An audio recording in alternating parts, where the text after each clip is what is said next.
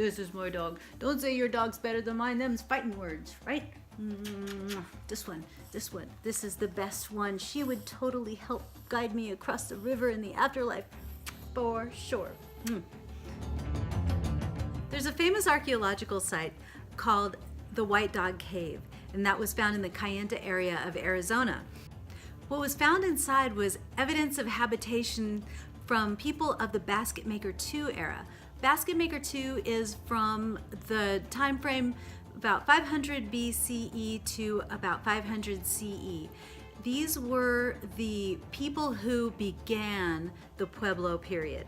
They had begun adopting agriculture and starting to settle down in their respective region.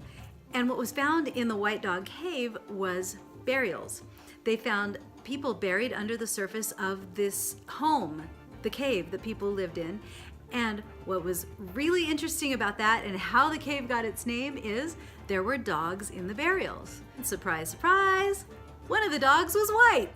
Dogs continued to be found in burials throughout the Pueblo period. So the question to be asked is, why are there dogs in burials? What did it mean to be buried with a dog? Was it simply because the dog was your friend and you wanted your friend to go with you into the afterlife? Or was there something much more symbolic happening there? So there's a record of what ancient Southwesterners were thinking with regard to the afterlife and regard to the animals that came to be represented with different concepts. We can follow the progression of this from Central America up into the North American Southwest and interpret them through the lens of Central American practices that were exactly the same. According to Aztec custom, it seems that the dog that you had in life must have gone more quickly to the ultimate destination in the underworld because he would greet you there. It apparently took about 4 years from the time you died until the time you would reach the 9 places of the underworld. And during that time, your family would complete the mourning of you and burn your earthly possessions. And then you would arrive at a wide river. And do you know who would help you across that wide river to reach your final destination in the underworld? It would be your dog. That dog would recognize you and help you cross the river. A warrior who died in battle would be assigned a particular breed of dog to help them in the afterlife. And that would have been the Mexican hairless dog. This dog was exceptionally loyal, didn't bark, and ran really hot. So this dog was considered to be especially good for warming the soul and for helping the person cross this great river. So this kind of dog would have been sacrificed and placed with the body of the deceased, and the idea would be that this dog would be the ideal breed to help them in the afterlife. Quetzalcoatl is an enormous concept in Central American cosmology.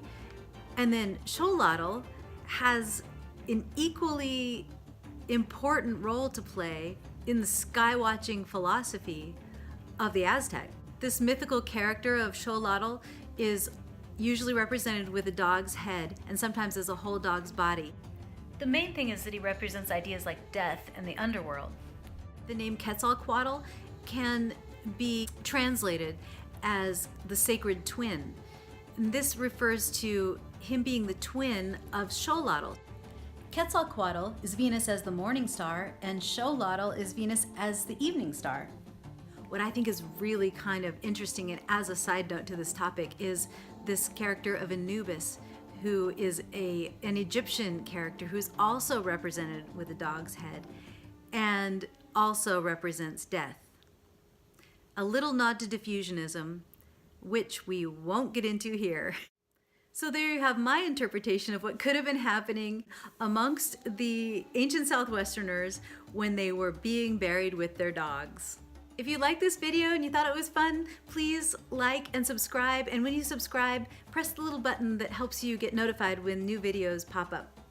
Also, an awesome way to give back would be to check out my website, theancientsouthwest.com, and take a look at the handmade bead art I've been making. I'm selling this as a way to fund my obsessive book purchasing addiction, from whence all of this crazy knowledge gets pressed into my brain. It's kind of an expensive hobby, and it takes a lot of time and it takes a lot of money, and I love making the bead art. So if you like these videos and some of the things that I say, then please help me keep doing it by purchasing a piece of art as a gift for yourself or a friend. Thank you so much, and I hope you have a wonderful Dia de los Muertos.